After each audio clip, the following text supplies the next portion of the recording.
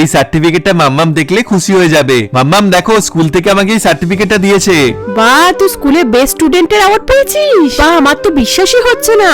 নে, এই খুশিতে একটা চিকেন লেগ পিস খা। থ্যাংক ইউ মাম্মাম। না, সত্যি গর্বে আমার বুকটা ফেটে যাচ্ছে। আজকের এই অ্যাওয়ার্ডটা আমি মাম্মামের জন্যই পেয়েছি, তাই এই খুশিতে মাম্মামকে আজকে আমি ট্রিট দেবো। যাই তাড়াতাড়ি ঝিল থেকে গিয়ে মাম্মামের প্রিয় লবস্টার ধরে নিয়ে আসি। মাম্মাম লবস্টার খেতে খুব পছন্দ করে। এই তো একটা লবস্টার পেয়ে গেছি, এই তো আর একটা, বা 3টে লবস্টার হয়ে গেল।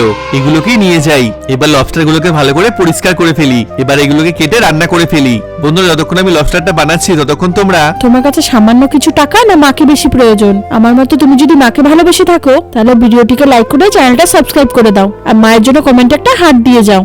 এই তো লবস্টার গুলো রান্না হয়ে গেছে। কোথায় রে জ্যাকি, আমি এসে গেছি। মাম্মাম তুমি এসে গেছো? দেখবি তোর জন্য কি এনেছি আমি আজকে।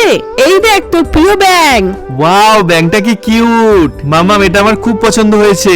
মাম্মাম আজকে আমি তোমার জন্য লবস্টার বানিয়েছি। হ্যাঁ তাই?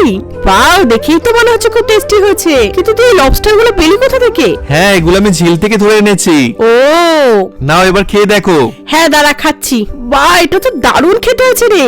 আজকে আমি এই সবগুলোকে খাবো। থ্যাংক ইউ মাম্মাম। তোর মতো ডগি পেয়ে সত্যি আমি খুব ধন্য রে।